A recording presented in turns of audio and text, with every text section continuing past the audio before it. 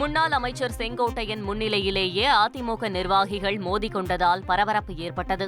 ஈரோடு மாவட்டம் கோபிச்செட்டிப்பாளையத்தில் நடந்த அதிமுக செயல் வீரர்கள் கூட்டத்தின் போது மேடை ஏறிய நிர்வாகி ஒருவர் அடுக்கடுக்கான குற்றச்சாட்டை முன்வைத்ததால் மோதல் வெடித்தது.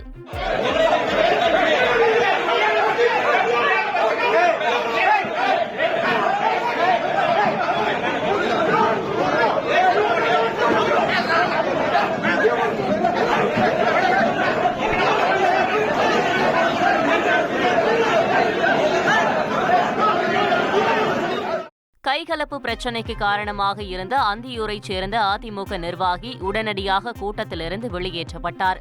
பின்னர் பேசிய முன்னாள் அமைச்சர் செங்கோட்டையன், கேள்வி கேட்ட நபர் அதிமுக உறுப்பினராக கூட இல்லை என்றார்.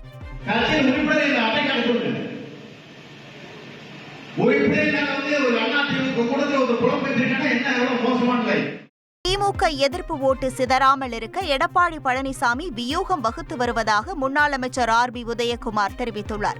தென்காசி மாவட்டம் சங்கரன்கோவில் சட்டமன்ற தொகுதிக்கு உட்பட்ட பகுதிகளில் முன்னாள் முதலமைச்சர் ஜெயலலிதாவின் 77வது பிறந்தநாள் விழா கொண்டாடப்பட்டது.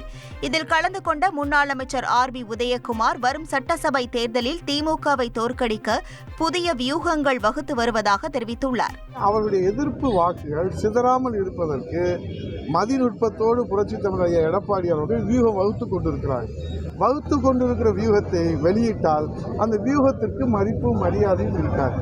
நிச்சயமாக இந்த சுபமுகூர்த்தம் குறிக்கிற போது பத்திரிகை அடித்து எப்படி எல்லோருக்கும் சொல்வார்களோ அதே போல எங்கள் பொதுச் செயலாளர் அவர்கள் எதையுமே நிர்வாகத்தை வெளிப்படையாகத்தான் செய்வார்கள்.